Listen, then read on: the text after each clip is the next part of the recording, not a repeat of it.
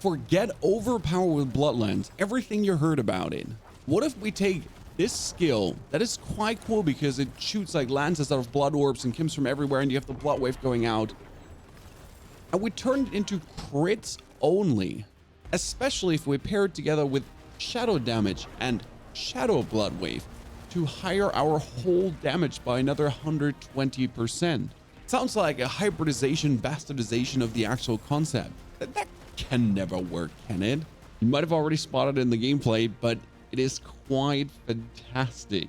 You're skipping the need to force an overpower by just having a 60% crit chance and having the blood lens plus the bonus blood lens plus everything just crit people to death. Let me walk you through the new improved build, and yes, it cleared a tier 100 already. The concept is quite the same as before. We're using Bloodlands together with Gore Quills to essentially shoot a Bloodlands out of blood orbs that we're creating together with Blood Wave. Because you shoot out a blood wave and that goes once, twice, 3 times. That's 9 blood orbs.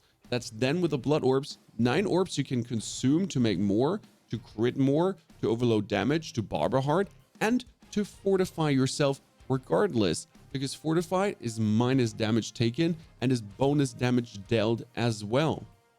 So these concepts still work perfectly together, but we can turn the blood wave also into shadow, which makes it deal incredible damage, especially because it can crit, together with then the aspect that gives us 120% shadow damage. Multiplicative bonus added together with the aspect of the grasping veins for even more critical strike damage, going up to 500-650% critical strike damage on the Bloodlands, on the blood wave itself, leading to mental damage components to overload everyone. An optimal fight would start with you using blood wave to push back your enemies 1, 2, 3 times, continuously keep them locked up into place, and then start throwing bloodlines into them on maximum range. Even you don't have to have them on your screen, you could do off-screen damage. Yes, pay them back finally. Blood wave is on cooldown. You can also start with a bone prison to shoot in a lance to get a corpse, to then corpse tendy them, pull them all together in there, have them vulnerable, and then just blast them into smithereens.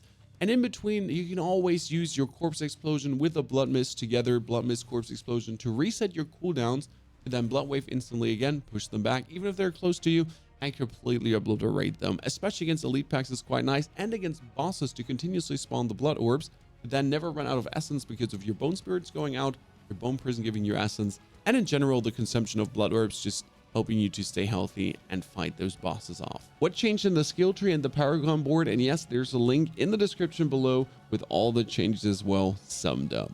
The main important thing is obviously up here with Bloodlands, and then instead of taking supernatural Bloodlands for the Overpower, which would technically not hurt to just have every 6 Bloodlands overpower and make a blood orb, I choose to go for paranormal Bloodlands. While at least 2 enemies or a boss are affected by Bloodlands, you gain a little bit of attack speed, because attack speed is an issue for this build due to the way how we would have to change the aspects, because quite something about the aspects actually changed. Good thing is Bloodlands essence cost is reduced by 3, and that's cool. Now we're still playing standard blood mist together with corpse explosion, but it is blighted corpse explosion now, yes, and we are still having bone prison running with a ghastly bone prison for the permanent vulnerable. Also, from the blood skill perspective, gruesome mending, 3 points in coil assessed blood, and no point in tides of blood because we are not overpowering anymore.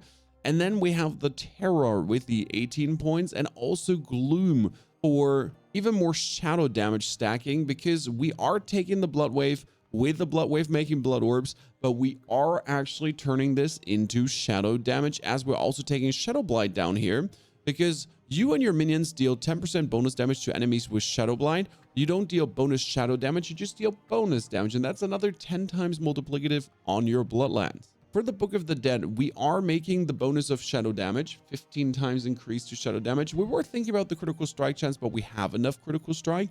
Then Skeleton Mages gives us another 15% bonus damage against vulnerable instead of the overpower, because we don't overpower anymore. And Golem's obviously going for the 30% critical strike damage to really max that out. Talking about the aspects now, a lot has changed. Blood Wave still gets fired out 2 more times. That's a key component. And yes, we're still casting Bloodlands will consume blood orbs, because it is so amazing to do that, to heal you continuously, to fortify you, to just cast on more Bloodlands, to just stay healthy. What we have bonus now is that Blood Wave is also a darkness skill, and it does desecrating the ground, dealing 10,000 shadow damage over 4 seconds, but still it slaps into the opponent's faces, and it is a darkness skill now that can trigger you deal 120% increased damage for 6 seconds after the Shadow Blight key passive damages enemies 10 times. And yes, the Blood Wave 1 cast already triggers this tremendously. With the multiple Bloodlands on top, you do millions and gazillions of damage. Blood Orbs grant you essence as you consume them, so we're constantly topped up, and the aspect of the Grasping Veins for another 60% multiplicative critical strike damage, plus 30% critical strike chance, so we always crit. Blood Mist triggering Corpse Explosion in case we have to go in to reset the cooldown of the Blood Wave. And then on the chest piece, we're still playing the Blood Artisan's Karas because that gives us, together with the Bone Spirit, bonus essence, but also copious amounts of bonus damage, especially with all the critical strike chance, critical strike, crit. This also crits nicely to add just super damage into the Barber Heart that's been played together with the Decrepify Heart, and also the Sacrilegious Heart for the bonus Corpse Explosions and Corpse Tendies to permanently have that up. Last but not least, consuming corpses has a chance to spawn Blood Orbs, to then give us essence, to then make us more Blood Lances. Very simple concept that is missing the bonus of attack speed right now. Still working though.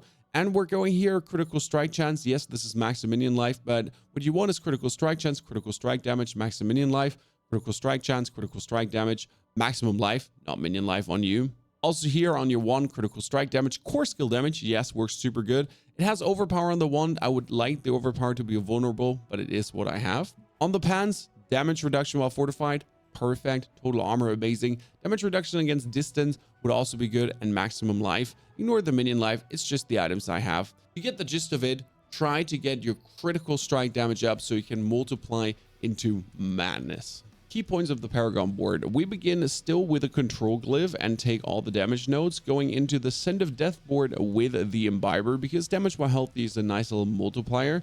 But then we're actually heading straight up into the Flesh Eater board for the 40% multiplicative damage, and that is being used with the Essence glyph, so we can do the 22% bonus increased damage to enemies that are not healthy.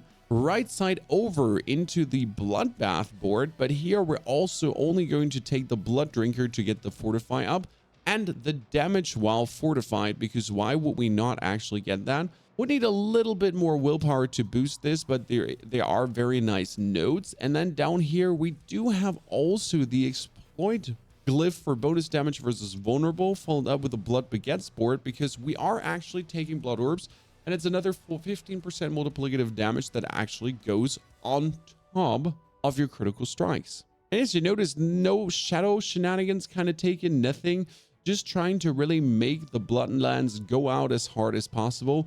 It is a weird hybrid concept that works way better than it has any right to do. There's so much fun to still experiment around with all of these builds, but yes, it is still quite annoying to actually do that. If you're now looking to rather play Bloodlands with the actual Overpower power because it is so good, give that a try, or the Tempest Necromancer, which is my personal favorite. Or if you're rather interested in Baldur's Gate 3, check out this Warlock guide in case you haven't yet.